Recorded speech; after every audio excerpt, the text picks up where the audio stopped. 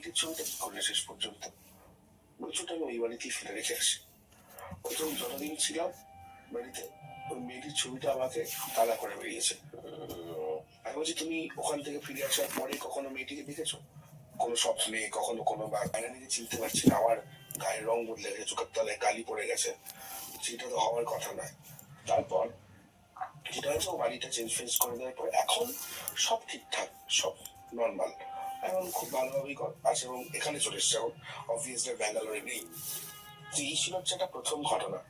ভাই, ঘটনাটা কিন্তু বেশ আমার ভালো এবং ইউনিক মনে হলো, কারণ এই ধরনের ঘটনা অ্যাকচুয়ালি ঘটে। হ্যাঁ ভাই, এবং কিছু কিছু এই জন্য মানুষজন না যখন বাড়িতে যায় আগে বাস্তু দেখে নেয়।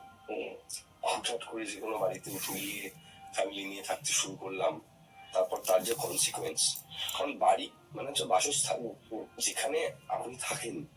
এই জন্য বারবার বলা হয় যে বাড়িকে পরিষ্কার রাখুন, পরিচ্ছন্ন রাখুন। অনেকের বাড়িতে বাথরুম নোংরা হয়ে থাকে, দেয়াল একদম কাছে থাকে। এই সমস্ত বাড়িতে দেখবি যে লোকগুলো থাকে তাদেরও জীবনে উন্নতি না না না, তাদেরও জীবনে কিন্তু তাদের অনেক কাজ করে না। যাদেরই বাড়ি নোংরা থাকে তাদের আটকে যায়। এবং যদি বাড়িতে এই ধরনের নেগেটিভ জিনিসপত্র যদি ঢুকতে শুরু করে, নোংরা বাড়ি এদের সব থেকে ভালো বাসস্থান। একদমই ঠিক। একদমই বাড়িটার কথা তো আমি যখন বলছে, আমি তো ইভেন আজকে সকালবেলা যখন আসছে বলছি ফোনে, আমি বলবো কি ব্যাপার দাদা, কি হয়েছে?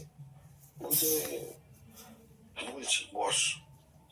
যেমন একটা বললো ভাই, মানে আমিও শুনে মানে খুব অবাক হয়েছি যে প্রত্যেক দিনের মতো সে অফিস গেছে, অফিস গিয়ে তার বন্ধুকে ফোন করছে, ফোনে পাচ্ছে না। ও যদি ঠিক আছে দেরিতে আসবে, তো ফোনটা সুইচ অফ তার বন্ধুর। তো ঠিক আছে, বাথরুমে যাই আগে, ব্যাগ ফ্যাগ রেখেছে ডেস্কে, সিগারেট খেয়ে গেছে বাথরুমে। সিগারেট খেতে গিয়ে দেখছি তার কালিকটা দাঁড়িয়ে আছে। বলেছিলাম জানিস তুই মারা গেছে, বুড়ির সাথে সিগারেট খাওয়ার জন্য ওখানে দাঁড়িয়েছিল এবং আমার সিগারেট খেতে ওখানে কোনো রকম এখনো আমার শুনে গায়ে কাটা দিল এটা। ভাবনার দুজনে কথোপকথন করে বেরিয়ে এসেছি মারা গেছে। এরকম ঘটনা আমি আমি আমি আমি না যে সমস্ত ঘটনাগুলো শুনেছি জীবনে, আমি সেগুলো খুব রিয়ালিস্টিক লেগেছে।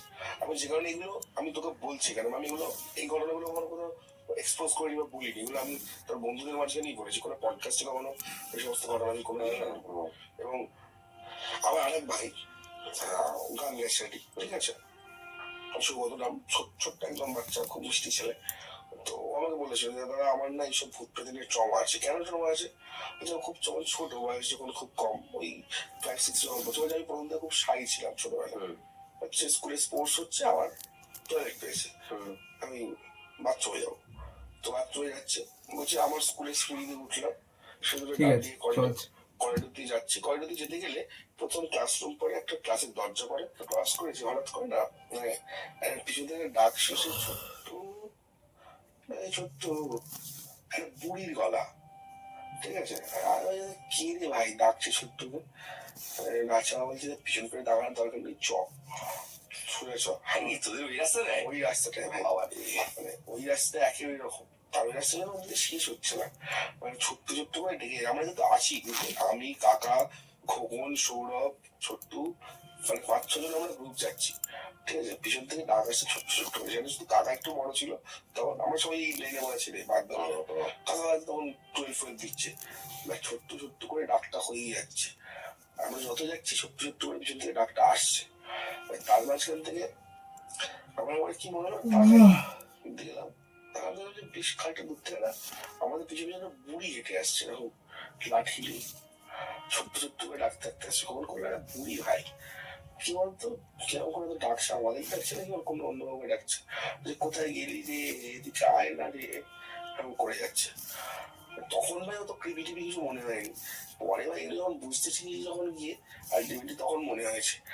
তারপরে না খোকন হঠাৎ করে মনে উঠলো পিছন দিকে বান্ধবী হয়ে গেছে, জানিস ভাই, পুলিশের ওই গল্প এই ঘটনাটা কথা শুনেছিলাম, কত সিম্পলি দেখে গেছিস, অনেক বান্ধবী হয়েছে, তারা রয়ে গেছে, অনেক বন্ধু হয়ে গেছে ভাই, তারা রয়ে গেছে ঘটনার থেকে। আমার মনে হয় ওই রাস্তাটাতে এমন কিছু আছে যে ভাই একা লোক ফোক নিয়ে অত ভাবে না, গ্রুপ হলেও ভয় দেখাবো, একা হলেও ভয়, আমরা যে ছুটলাম খুব ক্রিটিক কেউ নেই ভাই ওখানে, কোনো সিন না, ওই রাস্তাটায় কৃপি কিছু আছে ভাই। ওখানে বহু লোক, তুই তো জানিস, তুই তো এটা এটা আশা করছি যারা মানে ঘটনাটা শুনেছে তারা সবাই জানে। এবং সত্যি কথা বলতে এটাতে একটু কোনো জল মেশানো কোনো ব্যাপার নেই ভাই, এটা আমার নিজের গ্রাম, ঠিক আছে, বুকটুকে বলতে পারি। হ্যাঁ, যদি কেউ বলে এসব যে এইগুলো জল মেশানো ঘটনা, সেগুলো তার মস্তিষ্কের দোষ ভাই। আমার আদি পূর্বপুরুষ থেকে শুরু করে কিন্তু আমরা একজন ফিল করিনি তো। না ভাই, আমরা পুরো গোটা গ্রুপ মিলে একসাথে ফিল করছি, মানে বুঝতে পারছেন কটা লোক সব। ঠাকুমা সেদিন কি হয়েছে, ঘুম ভেঙে গেছে আর কি, গরমকালের দিকে ঘুম ভেঙে গেছে, বাইরে বেরিয়েছে। তখন আর ওই তো ওই সামনে যে নীল বাড়ি বাড়ি তখন ওগুলো ছিল না, তখন আমাদের শুধু এই লাল বাড়িটাই ছিল। তখন দেখছি যে ঠাকুমা রক্ত দেখতে হচ্ছে, কি তো আর কি ওখানে দাঁড়িয়ে আছে ঝাড় দিচ্ছে, দেখছি যে কে তো বিল করছে আর কি, জেনামাসি কত বিল করেছে। ও ঠাকুমা কে তো একটা বিল দে না, খেতো খেতো খেতো খেতো, আর সারা দেয় না। আর ঠাকুমা কেতো কেতো করতে করতে করতে যখন যাচ্ছে কেতোর দিকে, কেতো নাকি একটা ঠ্যাং নিচে রেখে একটা ঠ্যাং বাড়ালো ডালেরও, থাকবে কোথায়, উড়ে যাওয়ার বাসস্থান থাকা